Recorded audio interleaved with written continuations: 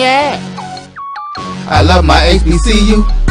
And boy, I love it, I love it, I love my HBCU. And man, I hope my team they won one. Yeah. I hope my team they won one. Yeah. Man, I hope my team they won one. I hope my team they won one. Yeah. I tune into the HBCU Sports Lab to see if my team won or lost. If they lost, I'm quiet as a mouse. But if they won, keep tab. I'ma do the dab, yeah. Dr. Cavil, he know what he be talking about. Mike and Charles, they know what they be talking about. They compress the analytic data with your hip hop. If you know them like I know them, they gon' tell you if your team, if they won or lost, and who the ball. So listen to Professor, yes sir, and pay attention, cause he gon' teach a lesson. Dr. Cavil with Inside the HBCU Sports Lab. I got the group of the team with us today. We have none other than Mike Washington, A.D. Drew, B.J. Jones, and we'll have Joshua Sims, Sr., joining us as well as he's making his trip back to Durham from Durham with a victory. How about that? Welcome to episode 306 of Inside the HBCU Sports Lab radio show and podcast, the show that's covering the sporting HBCU guys for all things HBCU sports. For institutions large and small, from the NEIA to the NCAA, we share insights and information on the HBCU sports culture, HBCU athletic aesthetics to facilitate the story of HBCU athletic program in the business of HBCU sports. We call it HBCU sports pedagogy. I'm your host, Dr. Kenyatta Cavil, along with my co-hosts, Mike Washington, A.D. Drew, B.J. Jones, and Joshua Sims Sr., as he's telling you he's ready to go. With that, we're from our home studios, at least most of us. Today's episode of Inside the HBCU Sports Labs is sponsored by THA Agency LLC. THA Agency is a company that provides sporting and educational consulting and data analytics. Let's just go around the horn, if you would, and get an update on everybody and see what they're doing.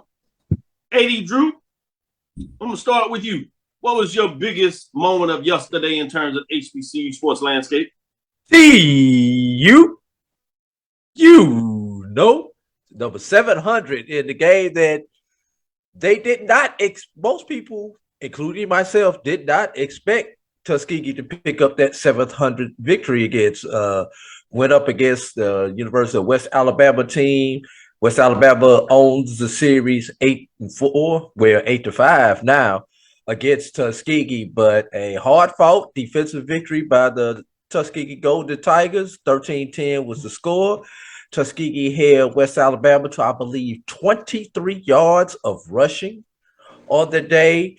Had a split offense, 156 rushing, 152 passing. I may have those two numbers inverse, but you can't get more closer to a balanced offense than 156 and 152 on both sides of the balls. I mean, that's pretty telling. And I released an article last night on d2football.com that sums up the victory and talks a little bit about the history of Tuskegee football. Nice. Mother Tuskegee and 700. Can't get much better than that. Number 2 all time among Division II programs. Number 1 in your HBCU heart as far as victories. Okay, somebody went to the Britannia of D2 sports history and put their little Cracker Jack back. Only Pittsburgh State has more victories than Tuskegee. I like that. Mike, since you sitting up here jumping out and getting folks must be excited. What's on your mind? What stood out from yesterday? Oh man, I'm gonna go with a double on the daily double on that one. You were with me up in the suite watching the Prairie View game, and you were seeing Incarnate Word put 500 yards on us, dominate the offensive line, or dominate the line of scrimmage on both sides of the ball, double our time in possession, yada yada yada. So was not a good day. They moved the ball up and down the field. Prairie View just seemingly had no answer to stop them. The score looked respectable. I think it was 31-14, but last year Incarnate Word put 40 points on us. So just was not a good day. We had a chance to see some of the freshmen play. Dumas, the quarterback, played most of the game. Looked good at times and made some great decisions. So we'll see coming up. We were watching the Texas Southern game, my other alma mater, and I was shocked. So I know we'll get into that, so I don't want to ruin the surprise, but I never would have thought. So I'll let BJ go because I know he has all the details, but I was just shocked. Well, since he's handed the mic to you, BJ Jones, let me go straight to you. What was your big thoughts of the HBCU day on Saturday? Through 2 games, Texas Southern had allowed a total of 99 points, was giving up average 301 yards on the ground per game, and we proceeded to air it out. It resulted in the loss, 24-0, man. No one saw that coming. Couldn't get the ball into the end zone, and that was a shocker here in Arlington, Texas. So, yeah, where do we go from here? Great points made. Let's go to Joshua Sims Sr., who's literally in New Hampshire or leaving Durham, New Hampshire to get to the airport, but he's kind enough to give us a bright spot. See the little man in the back, make sure we tell him we send our HBCU love. He got to see it hot and heavy. I like that. That's how you bring them up the right way. I know you multi-generation Eagle. Absolutely. Tell us, absolutely, what was your thoughts on yesterday? What stood out for you?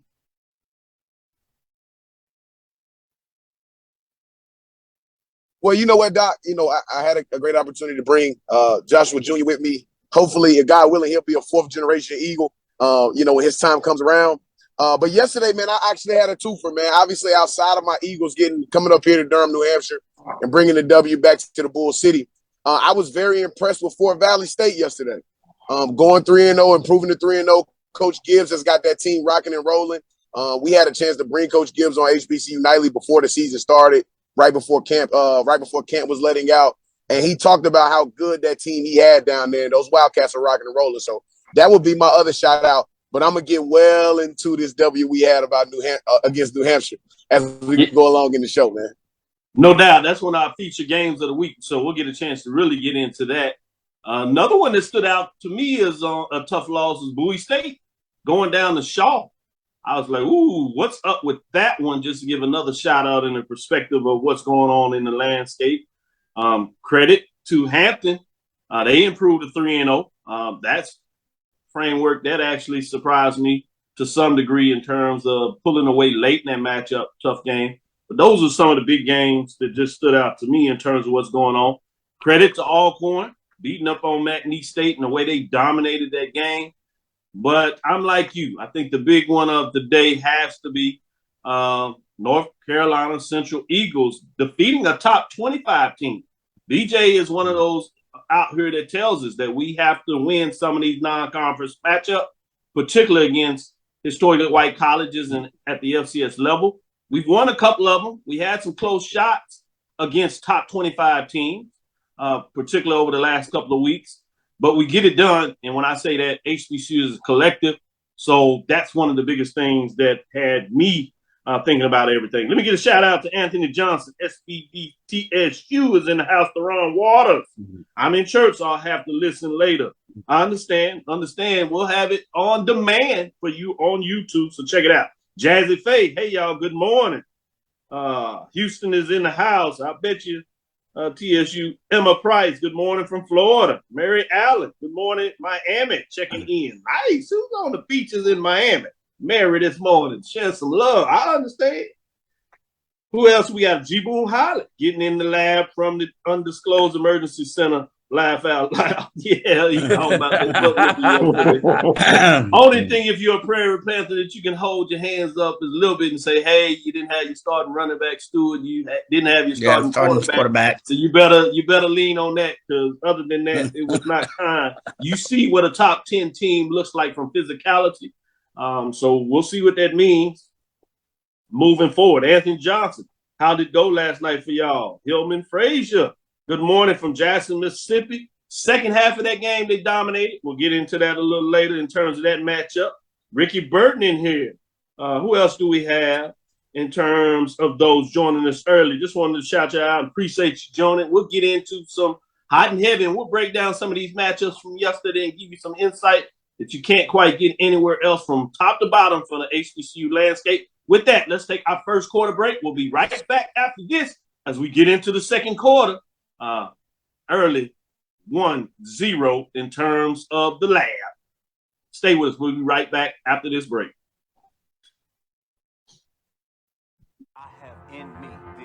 Support the Black College Sports Network so we can continue to provide you coverage. Go to myjbn.com/support and be a part of the Black College Sports Network. They can follow their dreams. Let's get back to getting ticks instead of watching flicks.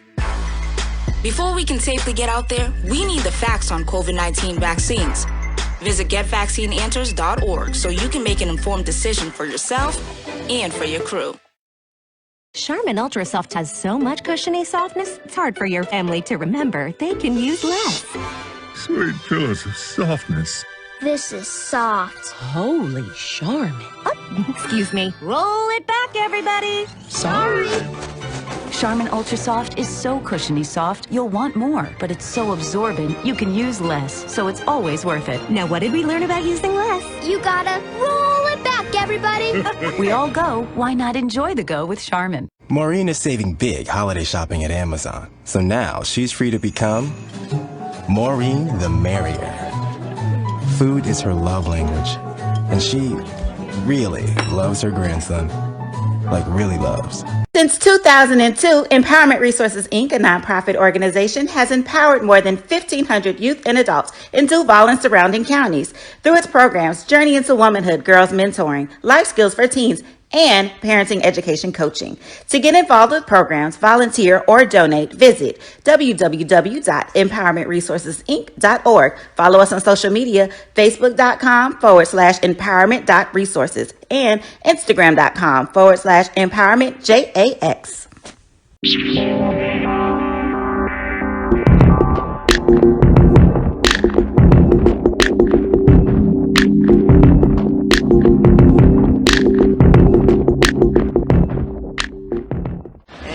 Picks up a first down. And I'm going to go back to, we talked to our friends, Charles Bishop and Neely. They follow Jackson State football and having dinner with them. I mean, they said this team feels like nobody can score 3 times on them. 3 times. He didn't say if it was 3 field goals, 3 touchdowns. Prairie View has scored twice. Touchdown, field goal. That's how good this defense is. And, whoa. They are as good as advertised. 4th best in all of FCS. It got to get to the point where whoever we're doing the broadcast that week of the game, they're going to have to sit down with y'all because y'all know us better than everybody. Sure. And y'all know some of the inside stuff we do that I may not tell them because I don't trust them. But sure. Trust us. Trust y'all. We appreciate that. We trust. appreciate that, Coach. Much love, baby. Press the analytic data with your hip hop. If you know them like I know them, they gon' tell you if your team, if they wanna loud, and who the ball.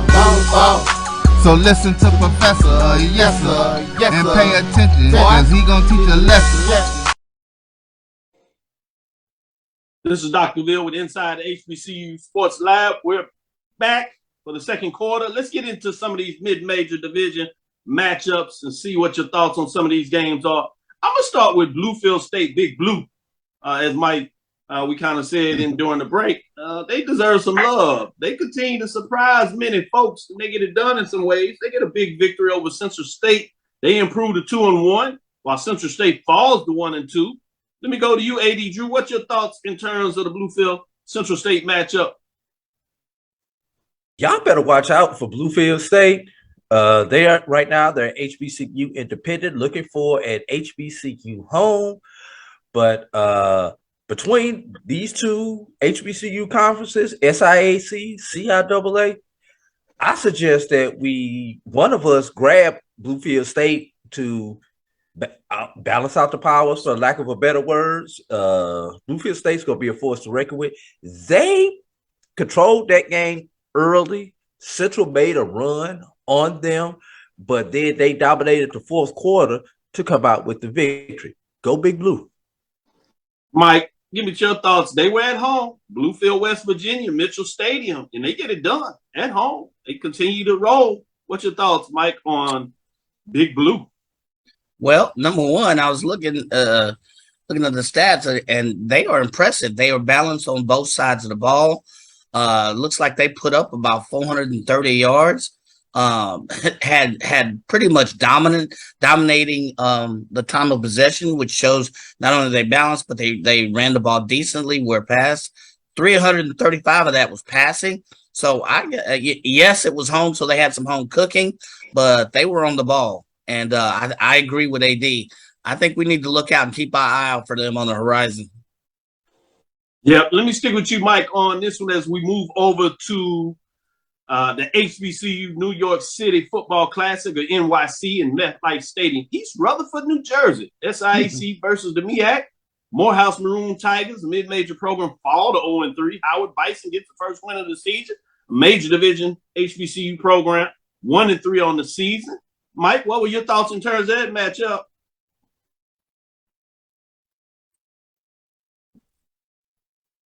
Mike? Let me go to you, BJ. What are your thoughts in terms of that? Started off slow for Howard. You know, this score 0-0 for a long time. Howard kind of struggled a little bit, but then they really got it going in the second half. And you really started to see that offense be explosive, be effective, move the ball up and down the field. And defensively, they kept a stranglehold on Morehouse pretty much the entire game. That defensive line dominated. And we got to talk about the work of that front seven, limiting Morehouse not only in first downs, but also in total yardage. And the most important thing, keeping that goose egg on the scoreboard. Yeah, when you shut people out, it makes you feel good. You put your chest out. You've seen too many of these shutouts, BJ Jones. You're not gonna feel too good about it. I get it. We'll get into that. Let me be nice. With that being said, Mike, what were your thoughts on this? The Maroon Tigers and Howard Bison. You know, the smart folks were in the room in New York. Yeah, I got to give it. I'm pretty hard on Howard. I always say they not a tailgating school, all of that good stuff.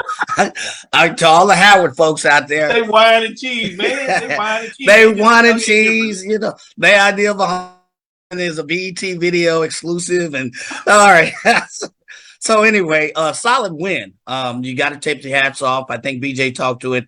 They put a goose egg on them, so didn't allow anything. 21 points in the fourth quarter. Pretty good, a nice day outage by Quentin Williams, quarterback. I think he finished with like 230, give or take, yards. They continue to use that running back by committee for Hunter and Eden James. So solid balanced attack around, I think 131 yards on the ground, 230 or so in the air. So solid win altogether by them in the New York Classic. So hats off to Howard. No doubt. Let me get into the CIAA game of the week at the mid-major division level in Ettrick, Virginia, Rogers Stadium. CIAA matchup. St. Augustine Falcons fall to 0-3 on 1 in the conference. On the road as Virginia State Trojans, they improved to 2-1, 1-0 in the conference. Dr. Henry Frazier III gets it done with a big victory. Let's go to Joshua Sims Sr. and get his thoughts on the Virginia State Trojans, this matchup against St. Augustine Falcons. Yeah, man. Offensive coordinator Lamar Manigault continues to be impressive in his first year as offensive coordinator at Virginia State. Offense went bananas yesterday against St. Aug. Against a kind of young St. Aug defensive side of the ball. I had a chance to kind of go there during the summertime and go see how they were looking during the summer. And one of the big things that was kind of floating around that St. Augustine University's campus was that they were young. A lot of freshmen getting some experience this year. A lot of sophomores getting an opportunity to get a second shot at it. So to see Coach Manigault and that offense, and led by that great quarterback that they have there at Virginia State, kind of take advantage of that youth that they got at St. Aug. I expected that to happen. But I did not expect 40-plus points, 40-plus point explosion. So I will say Virginia State is a great team in the CIAA to look out for. And I talked to one of Virginia Union's coaches last night. I do plan on going up for the Virginia State-Virginia Union game. That's going to be exciting. It's going to be exciting. Yeah, so I like that thought process because as we talked about Bowie State with that major upset, you know, it seems that may be shifting to Virginia. That Virginia State, Virginia Union is always a great matchup between rivals, and it might just have gotten a little bit better. It'll be interesting to see what that goes, but let's slide over if you would, to the SIAC. But before we do that, I do want to get one final thought in terms of that Virginia St. Augustine with our Division II guru. AD Drew, what were your thoughts in terms of this Virginia State St. Augustine matchup? You say you didn't expect that type of victory. Well, if you're St. Augustine, when you turn the ball over 4 times, it's kind of hard to not get blown out. 3 fumbles and an interception. Let's just do the math right there. That's not a formula for victory for most of these teams. St. Augustine did dominate the time of possession, though. So, interesting. St. Aug for 12 on third downs. Virginia State 7 of 14. So not only did Virginia State take the ball away from St. Augustine, but they were efficient when they were in those tough situations. Virginia State 465 total. St. Aug 323. 323 is respectable, but not when you give it up 465. So and it is what it is. As you said, great point. BJ Jones, let's go to this Thursday night game on ESPN, Columbia, South Carolina, Charlie W. Johnson Stadium. It was on ESPNU. You had the crew there to cover it as well. This is a top 10 matchup. I was interested in this as we went off on the show, got a chance to dig into it. Number 9, Savannah State Tigers, 1-2 now as they fall in terms of what's going on in that race. Number 3, Benedict Tigers improved to 3-0 and did it pretty efficiently. What were your thoughts in terms of this matchup, BJ Jones? Man, it's fun to watch a Chennisberry coach football team, man, because you're going to get outstanding play on the offensive line. And when they got that thing rolling in that second half, Doc, and they pulled away, they were running the ball at will. Savannah State couldn't do anything. That young quarterback from Savannah State, man, when he pulls it down, he's explosive. He's man, really quick. Well, he's quick to the outside. But man, Benedict, man, we saw this last year with Benedict. They started off hot. The challenge is going to be, can they maintain this throughout the season? But right now, man, they look like one of the teams to beat in the SIAC. Yeah, I like it. Great points when you talk about that matchup. There were 2 plays in that game that stood out to me, one for each team where it talked about hustle. You're talking about well-coached teams. One was a kickoff punt return where they were going in right before the half, and a shoelace tackle came across the field and saved points going on the board. And then after a block extra point, it looked like he was going in to get the 2-point, and the guy ran all the way down the field, doesn't give up on the play, and tackles him literally a couple of yards before the goal line. As a 3, I believe. Yeah, so that was big in terms of those 2 plays and for both teams. So credit to the coaches of getting those guys to play in, but special credit to Benedict Tigers as they hold on at least to the number 3 spot. It'll be interesting to see what happens on Tuesday, what comes out from that. Let me go to you, Joshua Sims Sr., to put the final caps on this matchup. What were your thoughts in terms of top 10 matchup between Savannah State Tigers and Benedict Tigers? Yeah, I mean, we were on the show on Thursday, and I absolutely was singing the praises of that Savannah State quarterback. But Benedict coming out on top, man, that was a impressive W on ESPNU. To see them dominate like that, get a double-digit scoring victory, it was impressive. It was very, very impressive. That was my first time really getting a chance in a little while to be able to sit down and really watch that full Benedict squad. I was a little bit more impressed with that defense, man, and how they played in the second half. I was very, very impressed with how that defense played in the second half. It's going to be very, very interesting to see how Benedict finished the season. To BJ's point, they started off hot last year, and to see them finish the rest of the season is going to be a big point for me. But absolutely, man, I was very, very surprised. And on the Thursday show, I said Savannah State was going to win, but golly, man, that's my first loss on your show, Doc. I was undefeated prior to that, man. Man, it's gonna happen a lot on this show. Man, you better keep living. It's gonna happen a lot on this show. You taking the L. Yeah, I'm telling you.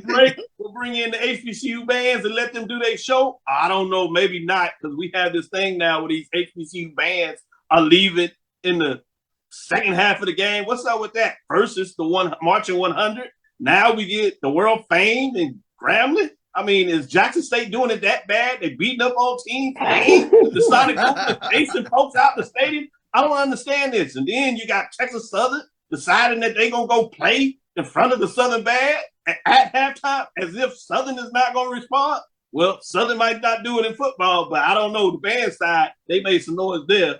But anyway, stick with us. We'll be right back on the other side, and we'll get into some major division matchups after you hear a little bit about this band at halftime, and you tell me who wins, because, you know, we talk about the Marching Sport winners and losers. No, we'll get to that on Thursday, but stick with us. We'll be right back on the break, and we'll give you some games of the week in the major division style. This band. Your ad could be ran here. MyJBN.com/support.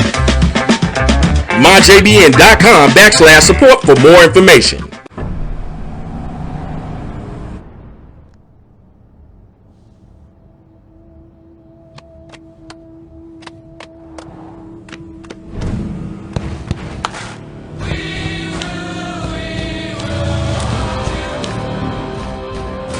The new GMC Sierra with hands-free driving offers the most advanced and luxurious pickup in its class. Yeah, it rocks. From novice to aficionado, find yourself here. High quality cigars plus personal customer service. Slow Burn is Waco's only mobile cigar lounge, featuring a meticulous, curated collection of premium cigars. Visit our website, www.slowburnwaco.com. That's www.slowburnwaco.com. Supermarket sushi, really? No. Wait, Troy, you work here? I'm never not working. Like Head & Shoulders Scalp Shield technology, up to 100% dandruff protection, even between washes. Never not working, huh? Oh, Troy, you're such a good teacher. Yeah, I know. Never not working. Never not working. Never ever not working. Are you serious? Never not working. Dandruff protection that's never not working. Head & Shoulders Scalp Shield technology.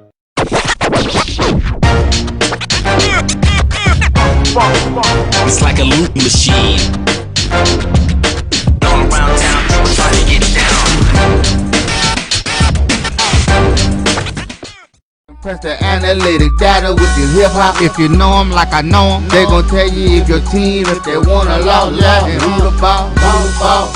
So listen to Professor, yes sir, and pay attention, cause he gon' teach a lesson. This is Dr. Bill with Inside HBCU Sports Lab. We're here with Mike Washington, AD Drew, BJ Jones, and Joshua Sims, Senior. Boy, I tell you, our halftime dialogue with the band. Don't worry about the band. Don't worry about it. We're not gonna get into it, but trust it. That talk before we went to the locker room is crucial. So let's get into this matchup here.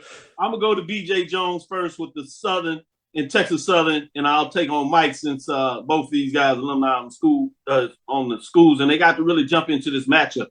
It was an Arlington football showdown, I should say. Excuse me. Globe Life Park, Arlington, Texas. Southern Jaguars fall to 1-2, 0-1 in conference. Texas Southern Tigers improved to 1-2 and 1-1 in conference play. It was basically a balanced approach, at least from Texas Southern perspective. Stingy D for the effort fuel's first TSU shutout over Southern since 1971. Back-to-back wins since I'm not sure when. But let me go to BJ Jones first to kind of break down what he saw in this matchup. Obviously, people are wide-eyed about the score, but let BJ Jones really give you some breakdown in terms of what he saw take place. Well, technically, man, Southern played right into Texas Southern's hands. Offensively, Texas Southern came out like game busters. Texas Southern had 186 yards of total offense in the first quarter. Now, they only had 352 yards of total offense the entire game, which lets you know that Southern's defense did their job, only allowing 166 yards over the last three quarters of that ball game. But the tape on Texas Southern was to run the football. We saw what Prairie View did. They completed no passes, ran the ball for over 320 yards, won the game. Saw what North Texas did, put up over 300 yards of total offense, and Southern comes out slinging it, which to me honestly made no sense. And y'all understand that, that there's philosophies that you have and there's things that you do, but sometimes what you do can play right into your opponent's hands. And that's what we saw on yesterday. Quarterback play for Southern was he was efficient from a completion. And if you look at the statistics, Bashawn McCray, 18 to 30, only 12 incompletions, 3 interceptions, could have been more than that. And that offense just didn't look effective. And, it was quarterback play wasn't well. There's a lot of things going wrong with the Southern University on the offensive side of the football. Understand, it'll be interesting to watch that going forward to see what kind of challenges, changes may be taking place, particularly at maybe the quarterback position with those 3 interceptions. But let me go to Mike Washington. He was doing the wine and the sweets. So y'all talk about these other folks with the wine and cheese. Mike had his wine with his hands sitting up there watching the game. I'm like, is he working or is he? Never mind. I'm sorry, Mike. I wasn't going to tell the world that. But go ahead, Mike. What's your thoughts on Texas Southern and Southern matchup? You can't be telling the world my secrets, man. I'm gonna have to start my wine podcast. So I was I don't know, just to pick up off of where the football whisperer left off. I was shocked. I didn't know if Texas Southern just, came out and hit him in the mouth. Texas Southern had 14-21 in the first half, and I was scratching my head. And when I was watching the game, Southern did move the ball at times. It seemed, between the 20s, but then somewhere they just could not finish. It does not hurt with 3 turnovers. I was wondering why they didn't rush the ball more. So a lot of what I call data points that caused me to scratch my head. It's not like Southern can't rush the ball. So I was wondering what happened with that game plan. On the other side of the ball, you got to tip your hat to Texas Southern. They had a balanced attack. I think BJ said it, 352 total yards, 186 passing. They were much more efficient. A couple of data points stood out for each yards per pass. Texas Southern was like 8.5. Southern was just at 5 yards per attempt for completion, and then yards per rush. Texas Southern actually had 4.8 yards per 4.7. I'm sorry, and Southern only had 3.8. So small details, but they kind of gives you an idea of the offense and how efficient it was. So, yeah, I was watching the ticker before I started watching the game, and the ticker on ESPN had it wrong. They had Southern scored first and 6-0, 7-0 run or whatever, and I was like, oh man, here we go. And then you get back, and I get a text from somebody that's at the game, Edwin Drayden, in the house. He said, man, Texas Southern should be up 14-0. Yeah. I said, oh, what's going on? What? And then I finally get to watching the matchup, and I'm like, wow, this is different. But let's go to Joshua Sims as we move on, and let's look at this MEAC Colonial matchup. Number 3, North Carolina Central, 3-0, obviously on the season. They continue to play some really impressive football. But you go on the road and you get a win against a 25-ranked New Hampshire Wildcats, obviously a historically white college university. For those that may not know, they are 2-1 now, but they came in 2-0 in the conference play and 2-0 overall. So fascinating matchup. But I want to get inside these numbers. As we watched it, you saw North Carolina Central dominate this game, at least from what I saw on film. Tell me, Joshua, what did you see happening in this matchup? Yes, sir. And just on the preface of that, Doc, I would like to say that I was a little bit disappointed by I looked at ESPN yesterday. We got up yesterday morning. I looked at ESPN. They had the University of New Hampshire as a 13-point. We were a 13-point underdog to the University of New Hampshire. And I was on with Off Script the night before on the Twitter Spaces, and he was asking me why I was nervous. And it was because I'm trying to figure out, and I'm a proficient person who likes to watch film.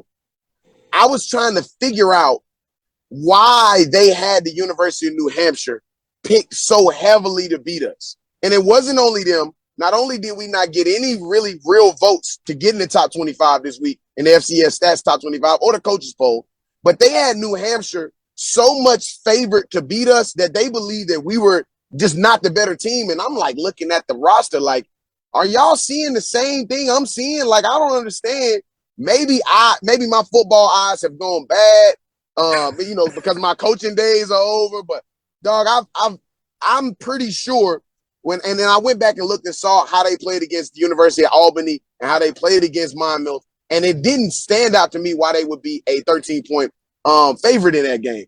But then let's get to the game, Doc.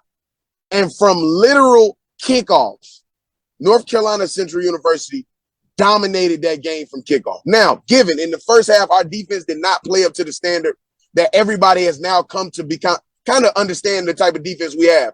Coach Courtney Cord kind of made it seem like in that first half that we were kind of trying to see what they could throw, let them kind of gas themselves out, throw everything they could at us. But in that second half, we were basically pitching a shutout in that second half, given a kind of weird, wonky, over-the-shoulder, like weird throw that we gave up, the only touchdown in the second half for that game. Our defense played phenomenal in the second half. And keep in mind now, it is becoming very, very obvious that we are a second-half team. In the second half of games, our defense and our offense becomes much more efficient. Our defense becomes more aggressive, and it seems like we're able to close the game in the second half. But the big stat of the night, Davius Richard, our junior quarterback out of Belle Glade, Florida, who should probably be on the watch list for Player of the Year, who should absolutely the MEAC Player of the Year. Over 300 yards of total offense just by him alone. Wow. I mean, the kid rushed for over 100 yards. He passed for over 200 yards. And I think he passed for just up under 200 yards, 194 yards passing, what I think I saw on the stat line. But this kid is the real deal, man. And I've been singing his praises since the summer. He's the second quarterback in school history to throw for 2,000 yards in back-to-back seasons, only to Air Harvey. So next week, we got Virginia Lynchburg coming into town. I do expect us to get that W against Virginia Lynchburg. But then the week after that, we got Campbell. And that will be another test for us on the road against another non-conference foe to see if our defense can continue to keep making the strides and our offense becomes more efficient. Doc, I like that. We'll get into some of those matchups. 25. Go ahead, Mike. Real quick, because I like the data. I was wondering why, because they made it sound like it was such a big upset. So I look back 3, 4, 5 years. New Hampshire was in the toilet last year. I looked at their recruiting class. Nothing major that would make that they're going to make a step change. They were last in the league in rushing. They were somewhere down toward the bottom in passing last year. They beat who they beat? Monmouth. Monmouth was last year. So, they're a formidable team, but there was nothing there to make you think that they were going to be that much of a favored foe. So I just was digging in some numbers, and I was wondering if anybody else saw that. I think it's a lack of respect for HBCU programs. To the fact when you get the overall over the years, the MEAC, SWAC record against historically white colleges.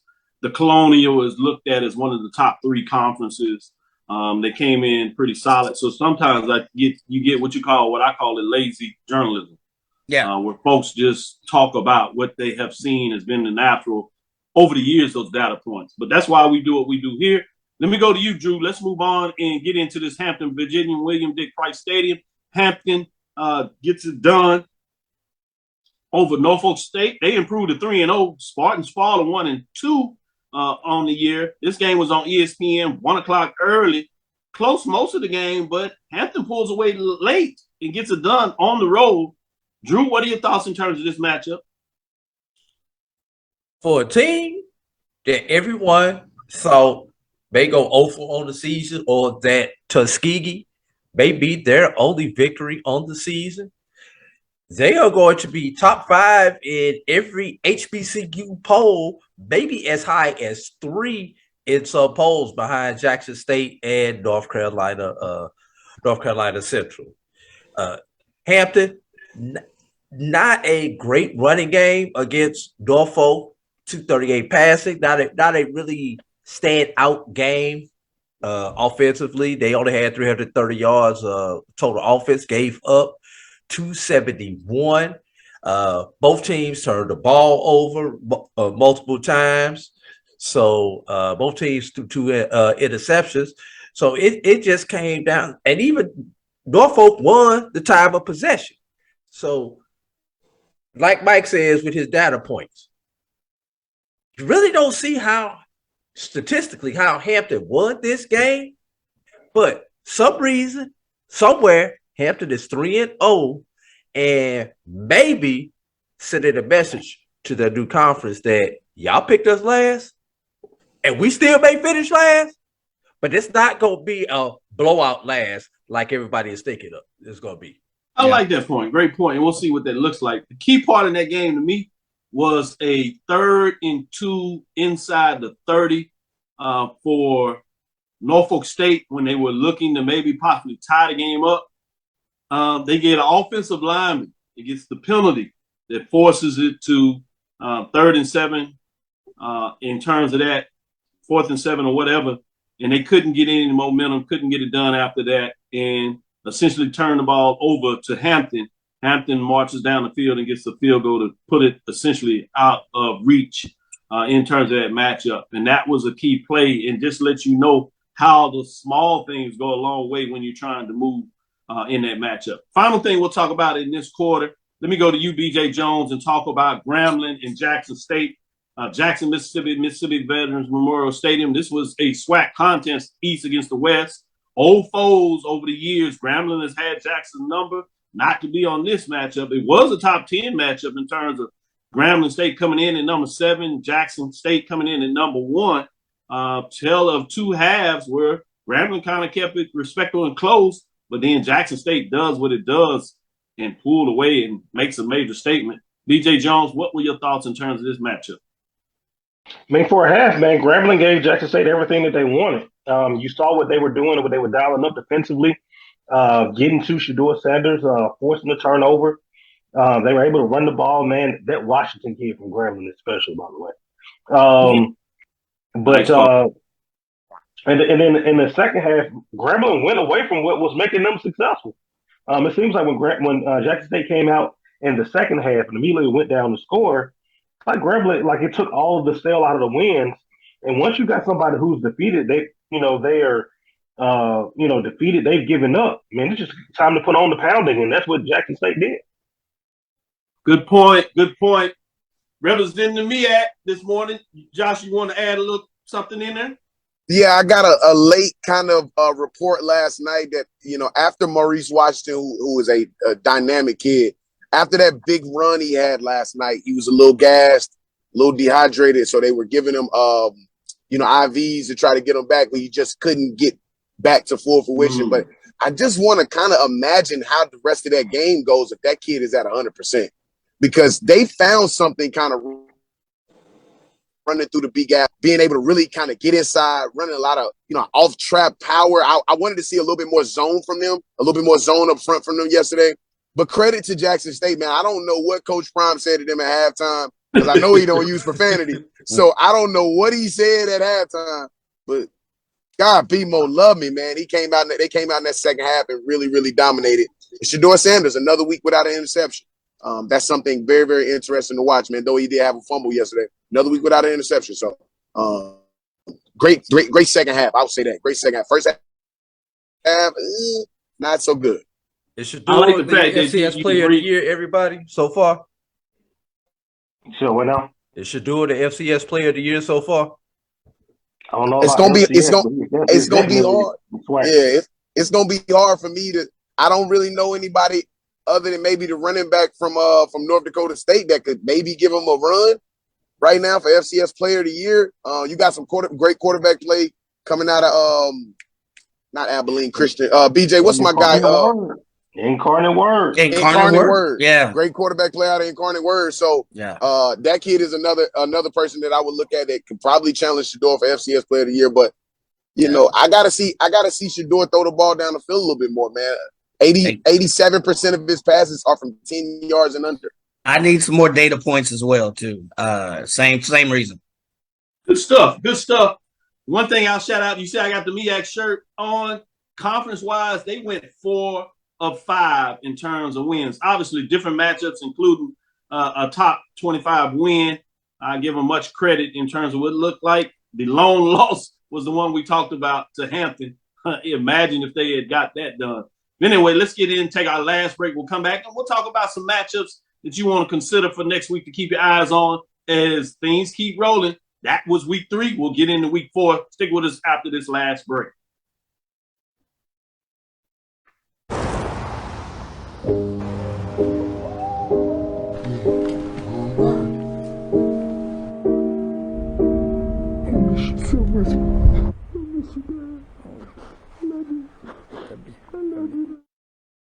At CDW, we get speed as the new currency of success. Our team spends way too much time tending to outdated applications and software when they should be focused on driving application agility and innovation. CDW Amplified Development Services modernizes software and application development to help accelerate innovation and digital transformation. So you mean building new applications, UI, and mobile interfaces? Well, you said you needed to innovate more quickly. Oh, so he's a listener. To do more at scale, trust CDW Amplified Development Services.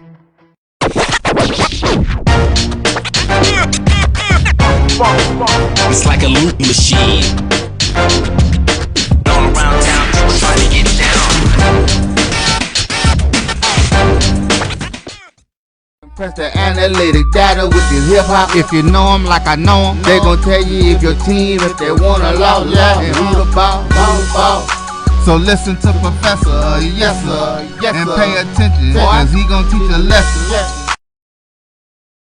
This is Dr. Bill with Inside HBCU Sports Lab. We had 2 of the guys had to jump off and get out of here in terms of making sure they catch their flights as we moving around to make sure you can get your information. We're going to get BJ Jones and AD Drew out of here as well as they're making moves too. But we wanted to make sure we got this last segment in and talk about some of the big matchups that you can consider for next week in week number 4. Let me go to BJ Jones first. Tell me what's on your mind. What should we be looking at this weekend to continue to tell the narrative of HBCU sports pedagogy? Man, 2 games. I'm going Alabama heavy on this one. Alabama A&M visits Florida A&M in the Eastern Division battle. Let me tell you something. This is the thing about Alabama A&M. I watched them against Austin Peay yesterday.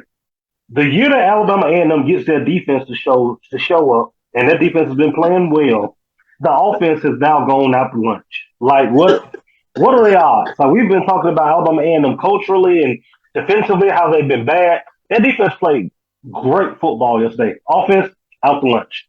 And it's going to be interesting to see how they look next week going into Tallahassee, a game that got away from them a year ago up in Huntsville against Florida A&M. And then Prairie View. Prairie View is going to travel east. They're going to visit Alabama State next week. Alabama State quietly is 2-1.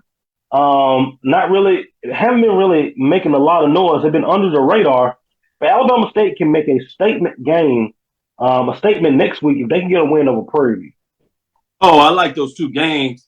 And the thing is, last year we saw where the Eastern Division dominated the Western Division. Will we see that continue, or will the West get a chance to make a statement against the Eastern Division in terms of this matchup, especially from a team that is picked to at least be at the top of the Western Division, and what they've done thus far shouldn't change anybody's mind. So I like where you're going with those 2 matchups, certainly in terms of the SWAC, as the SWAC gets into some real conference matchups. Let me go to you, AD Drew. Give me a couple of games that you have on your mind that you tell everybody should be watching this week.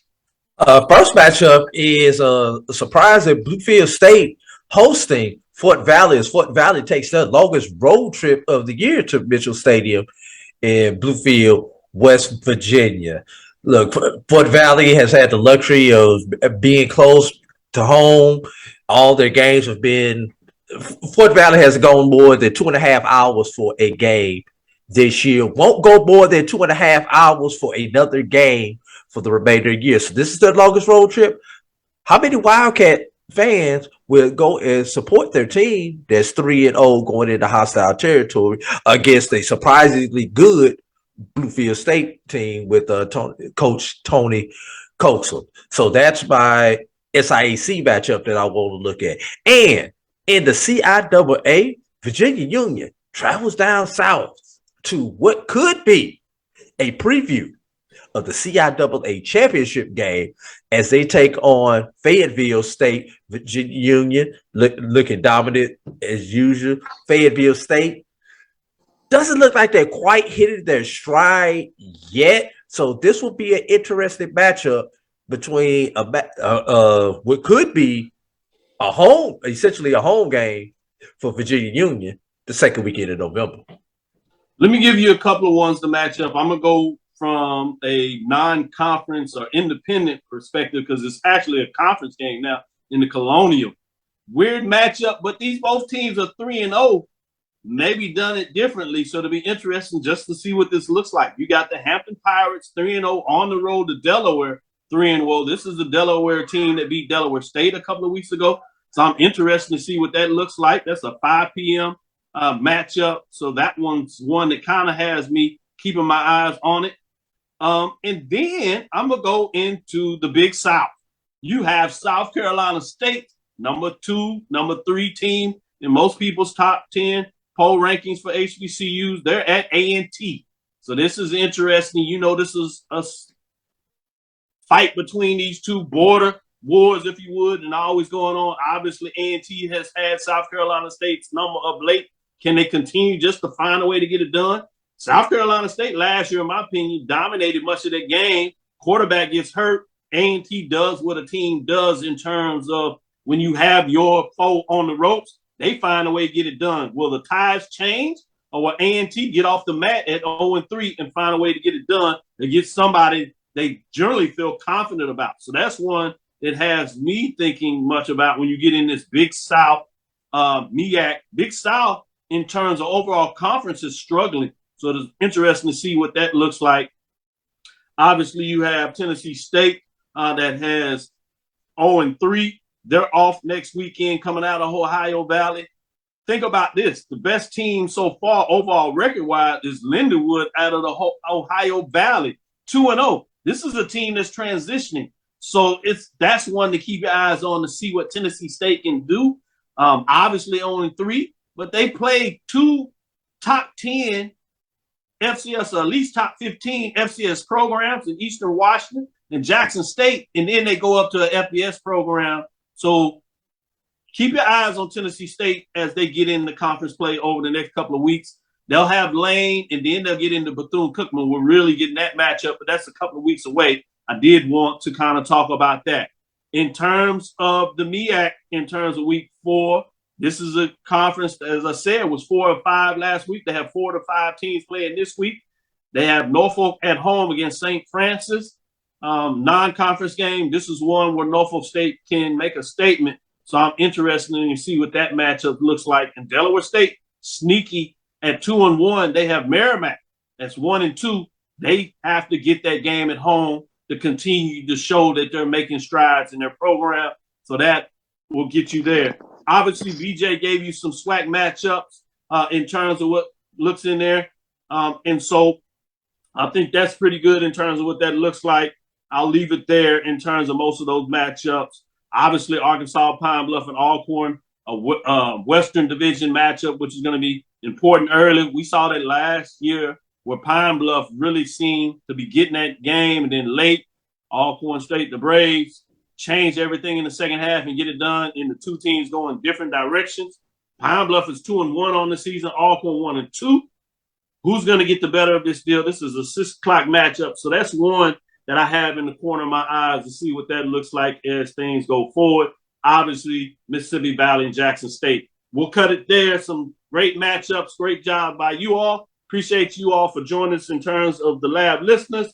Thank you for listening to Inside the HBCU Sports Lab. Make sure you share our podcast with your friends and colleagues. I am Dr. Kenyatta Cavil, the Dean of HBCU Sports, coming from inside the lab in the College of HBCU Sports with BJ Jones, A.D. Drew, Mike Washington, Joshua Sims Sr.